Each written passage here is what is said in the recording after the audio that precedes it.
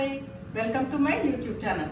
ఈరోజు మీకు ఒక పాత తరం పచ్చడి, దీన్ని నాటు పచ్చడి అంటారు, బండ పచ్చడి అంటారు, అండ్ పచ్చి పచ్చడి అంటారు, ఏదైనా అనొచ్చు. ఎందుకంటే ఈ పచ్చడి చేయడానికి అయితే మీకు స్టవ్తో పని లేదు. సో మనం పెద్దగా కటింగ్ పని కూడా లేదు. సో సింపుల్గా దీనికి కావాల్సిన ఇంగ్రీడియంట్స్ ఏంటంటే, ఇది పచ్చిమిర్చి పచ్చడి. సో దీనికి కావాల్సిన ఇంగ్రీడియంట్స్ ఏంటంటే, పచ్చిమిర్చి మరీ సన్నకాయలు వద్దు, ఘాటు ఎక్కువగా ఉంటే తినలేరు కాబట్టి ఇలా కొంచెం ఆల్మోస్ట్ కొద్దిగా బజ్జీ సైజ్ పచ్చిమిరకాయలు లాంటి పచ్చిమిరకాయలు, ఉల్లిపాయలు 2-3, అండ్ చిన్న బెల్లం ముక్క. ఇది ఆప్షనల్, మీకు తీపి ఇష్టం లేని వాళ్ళు అవాయిడ్ చేసుకున్నా బాగానే ఉంటుంది. కొద్దిగా చిన్న సైజ్ నిమ్మకాయ అంత చింతపండు నానబెట్టుకున్నాను, సాల్ట్ అండ్ జీలకర్ర. ఇంతే దీనికి కావాల్సిన ఇంగ్రీడియంట్స్.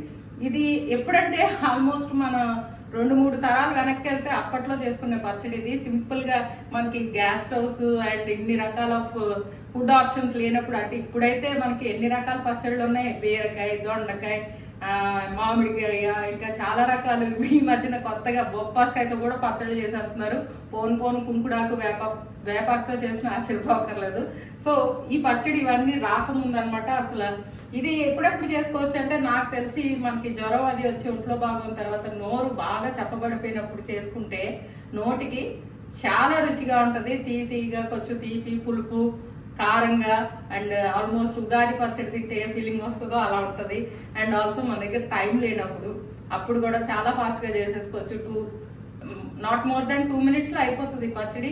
అండ్ మన దగ్గర కూరగాయలు ఏమి లేనప్పుడు ఇంట్లో, ఇంకోటి మనకి ఓపిక లేదు, ఒంట్లో ఆరోగ్యం బాగాలేదు కాబట్టి, ఆబ్వియస్గా నీరసంగా ఉంటాం కాబట్టి చిటిక్కని చేసేసుకోవచ్చు. సో ఇంకేం చెప్పచ్చు. సో యాక్చువల్లీ దీనికి మనకి కరెంట్ లేని టైంలో కూడా ఇంట్లో రోల్ ఉందంటే, చిన్న రోల్ ఉంటే నెమ్మదిగా చేసేసుకోవచ్చు.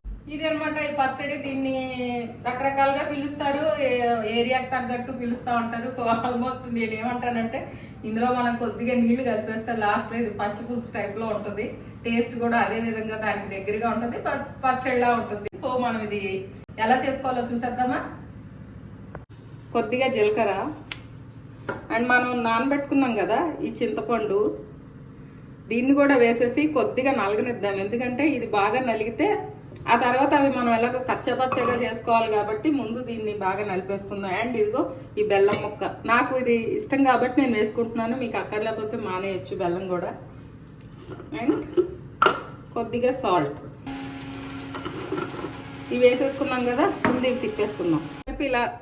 ఇలా అయిపోతుంది. ఇలా అయిన తర్వాత మనం పచ్చిమిర్చి యాడ్ చేసుకుందాం. వీటిని మనం ఏమిటిది చెప్పి చెప్పనట్టుగా, ఎంతో చెప్పిందే అన్నట్టు, చెప్పినట్టు అన్నాడు కదా.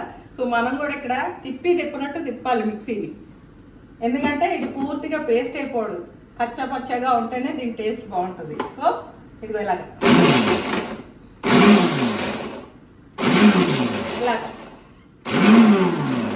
ఇలా తిప్పుకోవాలి, తిప్పినట్టు. చూపించు, ఇదిగో ఇలా అవ్వాలి. మూత తీయగానే కొంచెం దగ్గు వస్తుంది, కంగారు పడద్దు. ఇలా కొద్దిగా ఉల్లిపాయలు కూడా యాడ్ చేసుకొని కొంచెం సేమ్ అలాగే తిప్పుకోవాలి.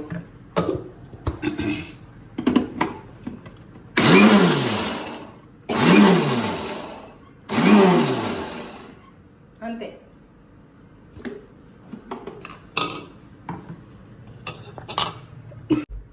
సో లాస్ట్లో కొంచెం కొత్తిమీర కూడా వేసుకొని తిప్పేద్దాం. అండ్ సాల్ట్ అది చూసుకోండి, ఇది అసలు కొద్దిగా సాల్ట్ పెడితే కొంచెం వేసేసుకోండి.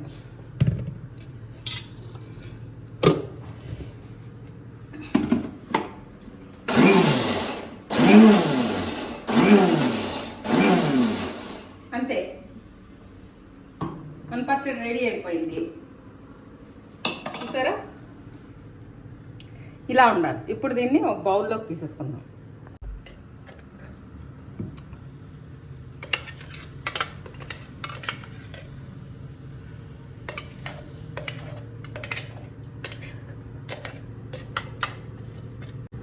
ఇలా మనం ఒక బౌల్లోకి తీసేసుకుంటే పచ్చడి రెడీ అయిపోయినట్టు. సో ఫైనల్లీ మన పచ్చి పచ్చడి అయితే రెడీ అయిపోయింది. ఇది అన్ని పచ్చి పచ్చిగా వేస్తాం కాబట్టి దీన్ని పచ్చి పచ్చడి అని ఎక్కువ అంటారు. ఇది మనకి ఆల్మోస్ట్ మనం ఎత్తేసరి అది వండుకుంటాం కదా పండుగల టైంలో, కూరగాయలు కోయకూడదు అని ఉంటుంది చూసారా, అలాంటి టైంలో చేత్తో చిన్నగా గిల్లుకొని కూడా ఈ పచ్చడి చేసేసుకోవచ్చు. బికాజ్ అదొక సెంటిమెంట్, ఆ రోజు కత్తిపీటతో పోయకూడదని, స్టవ్ మీద పెట్టి వండకూడదని. సో అలాంటప్పుడు చేసుకుంటారు ఈ పచ్చడి ఎక్కువ. అండ్ టేస్ట్ చూద్దాం.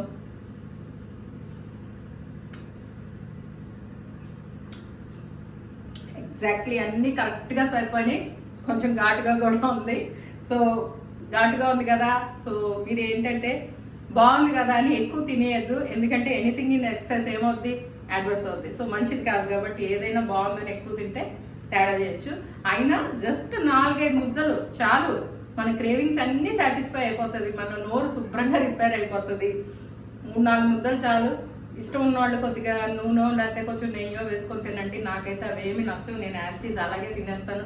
దీనికి కాంబినేషన్గా నేను వచ్చి కాకరకాయ ఫ్రై చేసుకున్నాను, హోల్ కాకరకాయ ఫ్రై. దీని రెసిపీ కూడా నా ఛానల్లో ఉంది, ఇంట్రెస్ట్ ఉంటే వెళ్ళి చూడండి.